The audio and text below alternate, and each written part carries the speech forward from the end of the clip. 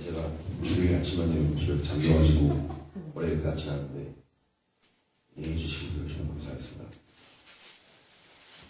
안녕하십니까. 저는 오늘 여기 제목은 안 나왔는데 나의 삶 속에서 하나님 찾기라는 제목으로 공동설교를 시작합니다. 저 아버지한테 어떤 내용이 나오면 좋을까 하고 잠을 보냈는데요. 여쭤보니까 아빠 가이드라인이 나와주셨는데 여러 내용 중에 하나가 내 인생을 살면서 내 인생에서 하나님을 찾은 내용을 쓰시거나 아니면 너가 하나님 만난 기억, 만나기 위해 노력하는 기억, 이런 기억을 쓰는데 전 생각보다 기억이 잘 나지 않더라고요. 그래서 아직 못 만나나 싶었는데 가이드라인을 듣고 나니까 더 머리가 복잡해져서 더 기억하기 힘들었어요. 근데 막 다른 사람처럼 하나님이 나에게 막 은혜를 주셔가지고 아예 하나님 만나서 제 인생이 달라져서 이 기점으로 만났다 하고 쓰면 설교 쓰기 훨씬 편한데 좀 그런 기억이 없더라고요. 그냥 평탄하게 살아가지고 하나님을 만났나 안 만났나 잘 모르겠고 그래서 되게 설교 쓰기 힘들었어요. 근데 그래서 저는 설교 제목처럼 내 삶 속에서 만난 하나님이 아니라 내 삶 속에서 하나님 만난 기억을 찾기 라는 주제로 천천히 제 인생을 되짚어볼까 합니다. 저는 2000년 11월 8일 은평구에서 태어났습니다. 제 가족은 저 포함에 자녀가 둘이었고 부유하지 않고 약간 가난한 집안에서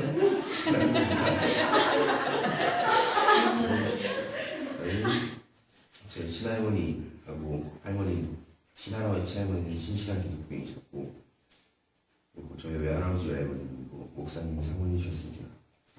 그래서 어려서부터 저는 모태신앙으로 한 번도 교회에 빠진 적이 없었어요.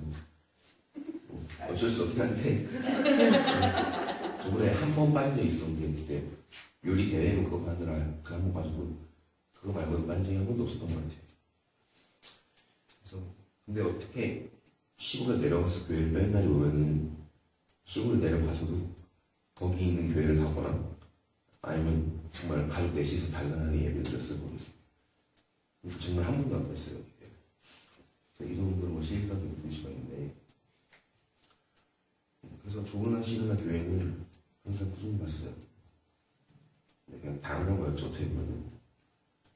근데 어렸을 때는 친구들도 일요일 날 막 놀자 그러고 그런데 저 혼자 나 가도 오후에 돼 이러고 그러니까 그게 되게 아쉬웠어요.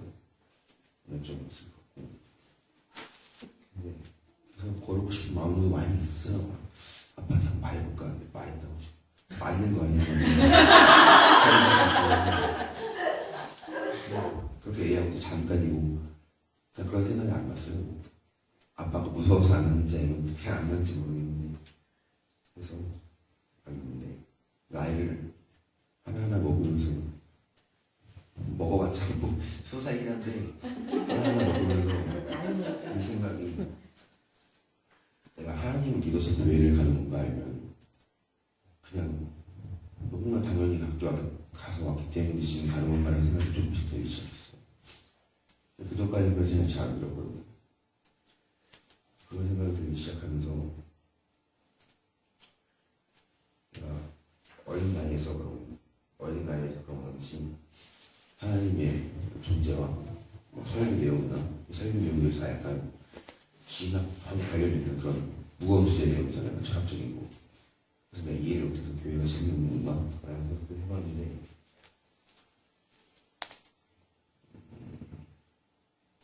그런 내용들이 제일 비현실적으로 다가왔고 우리 교회는 좀 덜하긴 한데 다른 교회들은 하나님 믿어라 안 보여도 막 믿어라 이런 식으로 하잖아요. 덮어놓고 믿어라 이런 식으로. 저는 진짜 하나님이 있는 건가라는 생각을 많이 해봤어요. 왜냐면 아직도 느낀 적이 없다 생각하기 때문에 저는 별 적도 없고 그런 생각을 자주 했던 시절이 있었어요. 그래서 하나님이 막 기도하면서 소원을 빌고 나타나시는 것도 저에게는 없었고 그렇다고 제가 기도하면서 소원을 빌는 것도 없었고 형식적이었던 것 같아요. 당연했고, 근데 그 당연한 게 믿음으로서 당연한 게 아니고 그냥 실체가 있든 없든 그냥 그 존재 자체였어요. 하나님은 저에게 생각해봤는데, 제가 생각해봤는데 그런 무조건적으로 믿는 하나님보다는 어느 날 설교 들었는데 그런 느낌이 들더라고요. 그때 아버지 설교인지 이간택 목사님인지 기억이 안 나는데 헷갈린데 하나님 꼭 뭔가 형상으로서 있지는 않다고 생각이 들더라고요. 하나님은 항상 저희 곁에 있고 제 옆에 있을 수 있고 항상 가난하고 약하신 분들의 모습으로서 계실 수도 있고, 그래서 생각하면 하나님 꼭 저 위에 계셔서 우리를 관찰하고 지켜보시는 게 아니냐, 저희와 같이 건다는 생각을 했어요. 그래서 제가 하나님 꼭 하나님이 있나? 하나님 믿어야 되나? 내가 믿으려면 하나님한테 기도를 더 열심히 해야 되나? 내가 하나님한테 믿으려면 하나님 만나기 위해서 발로 치면서 막 하나님을 쫓아가야 되는 건가? 이런 게 아닌 것 같더라고요. 하나님 꼭 항상 저희 옆에 살려 계시고 저 주변에 계시는 제 하나님을 쫓는 게 아니고 하나님 저와 나란히 돌아가시는 그런 느낌이 들었어요. 그래서 항상 내 옆에 있고 항상 감사하는 마음으로 살다 보면은 그게 하나님을 잘 믿는 거고, 그게 하나님, 그게 그리스도의 인생이라고 생각했어요. 그래서 저는 교회를 다니는 이유는 하나님을 잘 믿기 위해서라고 생각하고, 잘 믿는 건 제가 지금까지 내린 생각은 항상 감사하며 살고 내 옆에 의지하게 잘하고 항상 그리스도가 있는 같은 삶을 살면서 모두에게 배려하고 이런 삶을 사는 게 하나님을 잘 믿는 것 같아요. 그냥 기도 잘하고 교회 꼬박꼬박 다니고 이런 것도 당연히 좋지만 그게 전체가 아니라 항상 평범한 삶 속에서도 항상 하나님 생각하는 그런 삶을 살도록 노력하도록 준비했습니다. 그래서 저는 아직 하나님을 찾지 못한 것 같습니다. 하지만 등잔 밑이 어둡다는 그런 고어처럼 뭔가를 챙기시지 않고 지금 나와 함께 걷고 계시다고 생각하고 하나님을 쫓지 않고 나란히 이 위에 노력하는 저와 교우분이 됐으면 좋겠습니다. 감사합니다. 10분을 해라. 그렇게는 7분밖에 안 해요. 예. 각오는 하고 왔습니다. 준비 다 해고 왔고요. 네. 벌써 제가 아들이 이렇게 같이 공동설교 바로 나올 만큼 이렇게 나이 많이 먹었는데, 오늘 얘기를 들어보니까, 뭐랄까요. 좀 미안하다라는 생각이 많이 드네요. 제가 우리 교회에서 다 안 미안한데 딱 미안한 분이 한 분 계세요. 마침 오늘 오셨네요. 저에게 10년이라는 시간을 주셨는데 제가 그 마음을 딱 사로잡고 그 마음에 믿음이 싸게 자라게 하고 막 그래야 되는데 그걸 못했어요. 딱 10년 다니시고 그러다 보면 그걸 딱 안 오시던데, 그래서 내가 되게 많이 자책을 했어요. 10년이라는 세월 동안 난 한 사람의 마음을 잡지 못했구나, 믿음을 심어주지 못했구나, 마음을 움직이고 그러지 못했구나, 그런 생각을 했는데 오늘부로 한 명이 더 늘었습니다. 이분은 20년을 같이 제가 살았는데 그 마음에 신앙을 제대로 심어주지 못한 게 아닌가 하는 생각이 드는데, 그럼에도 불구하고 오늘 또 설교 내용을 들어보니까 그래요. 그게 모태신앙들의 운명인 것 같아요. 모태신앙들은 말 그대로 못해요. 다 못해. 강원도 못해, 육신도 못해, 네, 성경 암송도 못해, 다 못해요. 못해. 근데 그게 또 아쉬운 거예요. 이게 완전히 그 생활이 된 거죠. 생활. 이게 뭐 막 교회 간다고 막 마음이 뜨거워지고 설교 듣는다고 막 불길이 씻었고 그러는 건 아닌데, 근데 그냥 또 안 가면 어색하고 또 주일이면 당연히 가는 것 같고 또 괜히 남한테 해코지하면 안 될 것 같고 또 여기저기 돌아다니면서 세상 사람들이랑 거의 비슷하게 살지만 그래도 마음 한 구석에는 이렇게 하나님이 자리 잡고, 저는 그게 오히려 다 막 이렇게 불 받아가지고 막 방언하다가 뛰쳐나가서 하나님 믿고 막 그러는 사람보다 오히려 더 든든한 신앙이다. 저는 그렇게 생각을 합니다. 넘어지기도 많이 하기도 합니다만 그런 의미에서 그래도 다행히 우리 10년을 나에게 할애해 주신 그분에게는 참 많이 미안하지만 그래도 20년을 같이 했더니 제가 목회를 아주 못한 게 아니구나 하는 생각이 들면서 저에게 10년을 주셨던 그분에게 10년만 더 주시면 안 되겠냐고 좀 요청을 드려보고 싶습니다. 오늘 말씀 지식의 근본이라는 제목으로 준비를 했고요. 저도 어렸을 때 집에서 가정예배 꼬박꼬박 드리고 막 신앙교육 좀 약간 강제적인 느낌으로 그렇게 받았었는데 지금은 제가 우리 아이들한테 뭐 가정예배도 안 드리고 특별하게 신앙에 대한 것을 강조를 잘 안 하고 있습니다. 그게 어떻게 보면 또 이게 시대 풍조가 아닌가 하는 생각을 하고 있고요. 또 강제적으로 그걸 하는 것도 아니고 물론 제 시대 때는 우리 어머니 아버지가 강제적으로 저한테 그렇게 했기 때문에 저도 아들아 아빠도 주일날 교회학교 시간에 하는 그 텔레비전 그 프로가 너무 보고 싶었단다. 지금도 기억해. 너무 보고 싶어요. 아이젠버그 철이 영희 아이젠버그 그렇게 하면서 갑자기 변신하고 그러는 일본 그 반은 애니메이션이고 반은 실사로 나오는 그런 너무 보고 싶었어요. 친구들 다 그 얘기 하는데 막 근데 그걸 한 번도 못 봤죠. 거의 한 번도 못 봤죠. 그리고 살았지만 또 저는 또 근데 그렇게 했던 것들이 저의 신앙에는 많이 도움이 됐던 그런 시대를 살았다고 생각을 하고요. 이제 우리 아들이 이제 20세가 돼서 대학도 들어가고 뭐 아르바이트도 하고 그래서 야 이제 대학도 들어가고 성인이 됐으니까 11조 좀 해라 그랬더니 돈이 너무 없어요 이렇게 얘기를 해요. 차마 제가 그래 그러면 그 11조 하는 것만큼 내가 용돈을 더 줄 테니 해라 라는 말이 저도 못하겠더라고요. 아까 아들이 말한 대로 저 가난해요. 그래서 어렸을 때 또 가난하다 얘기를 많이 해가지고 어렸을 때 또 졸르지는 않았는데 그래서 또 오히려 참 다른 아이들처럼 갖고 싶은 것도 한번 부모들한테 달라고 말을 해보지 못한 건 아닌가 하는 그런 미안한 마음도 듭니다만 뭐 그건 뭐 네 인생이고 아무튼 돈이 없는 요즘 시대들이 또 이해가 가고 그래서 점차로 어떤 신앙의 패턴들도 많이 바뀌어나가고 시대도 바뀌어나가고 하는 그런 생각들을 많이 갖게 됩니다. 그런데 이런 시대에 제가 제 아들들이나 또 우리 교회에 있는 사랑하는 우리 자녀들에게 어떤 유산을 줄 수 있을까 하는 생각을 한번 해보게 됩니다. 저는 뭐 땅도 없고 집도 없고 걱정이 참 태산 같습니다. 앞으로 한 10년 정도 더 목회를 할 생각인데 10년 후에 어디를 갈 것인가 어느 집에서 살 것인가 저희 교회에서 이렇게 집 딱 제공해줘가지고 사니까 되게 행복한 줄 알았더니 그게 아니에요.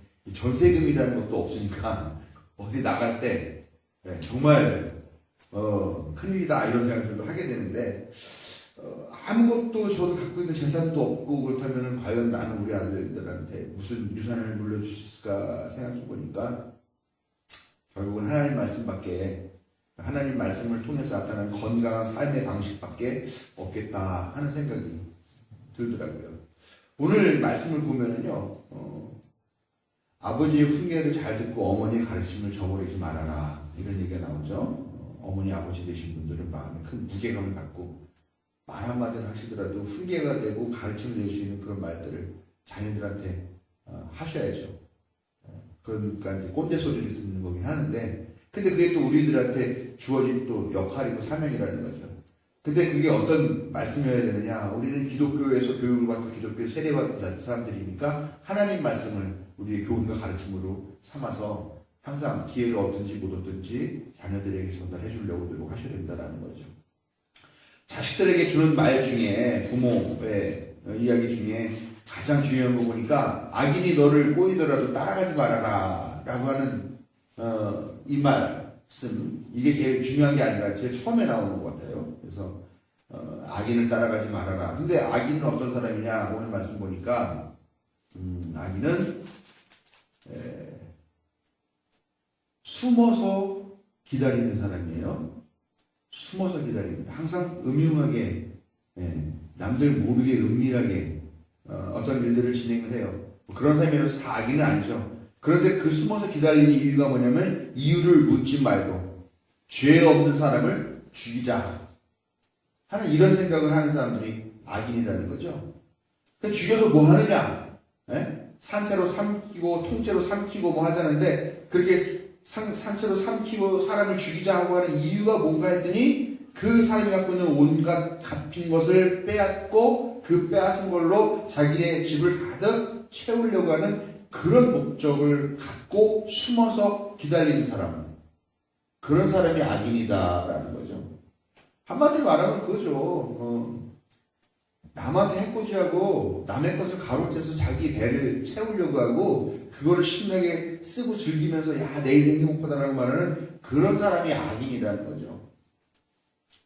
남을 해치는 사람, 돈독이 올라가지고 그 자기가 하려고 하는 것이 좋은 일인지 나쁜 일인지 모르는 그런 사람, 그 다음에 그런 것들을 향유하고 누리고 쓰는 거에 그런 쾌락적인 거에 빠져가지고 인생을 허비하는 그런 사람을 악인이라고 오늘 이 잠언서는 우리에게 전해주는 것을 알 수가 있습니다. 그리고 그 사람들은 악으로 치달리며 피 흘리는 일에 서두르는 그런 사람이라는 거죠. 뭐 반대로 선인은 어떻겠습니까? 악인의 반대 선인은 피 흘리는 사람을 오히려 피를 멈추게 해주는 거죠. 생명을 죽이는 것이 아니라 생명을 살리는 거고요. 자기의 가진 것을 오히려 나눠주는 사람이고요. 먹고 마시고 자기 육체적인 그런 것만 챙기는 것이 아니라 자기의 영적이고 자기의 정신적인 그런 부분들을 아름답게 하려고 하는 그런 사람이죠.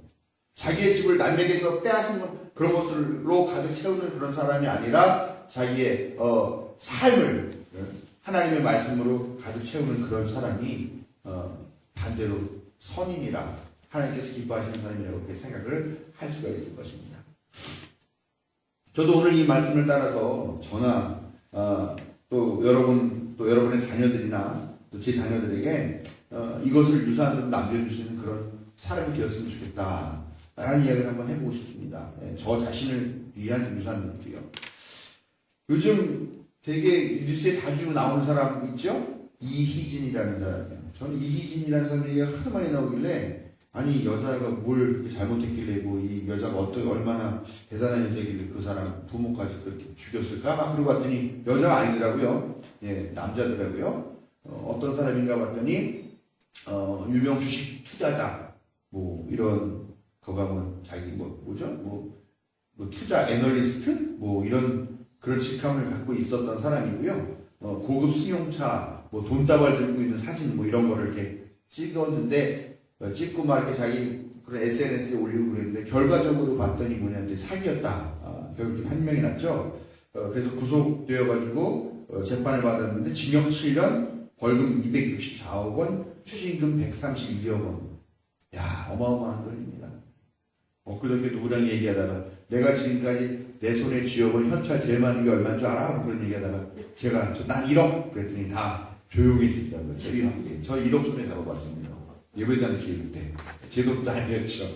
뭐 땅값 주고 뭐 하느라고 그걸 딱 쥐어봤던 적이 있었는데 그런 돈도 큰 돈인데 이 사람은 뭐 264억 원의 벌금에 추징금이 또 132억 원 막 이런 사람이니까 뭐 어마어마하게 뭐 그냥 돈을 깔고 살았던 사람이겠죠. 그런 사람이었는데 근데 그러면 뭐합니까 지금 결국 감옥에 들어가 있었다라는 거고 더욱더 비참한 것은 비극적인 것은 그의 어머니 아버지가 처참하게 살해가 되었죠.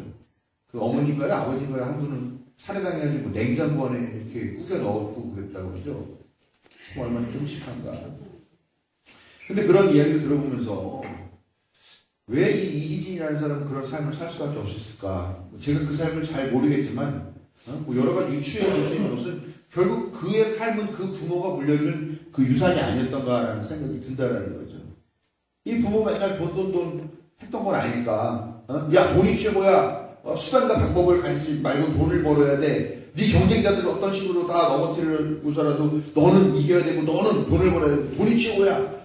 이런 교육을 시키고 이런 것을 자식에게 유산으로 물려주기 때문에 결국 그 자식도 그 삶이 그렇게 우울해지고 그 자신도 그런 죽음의 열매를 거둘 수밖에 없는 게 아닌가 하는 그런 생각을 해봅니다.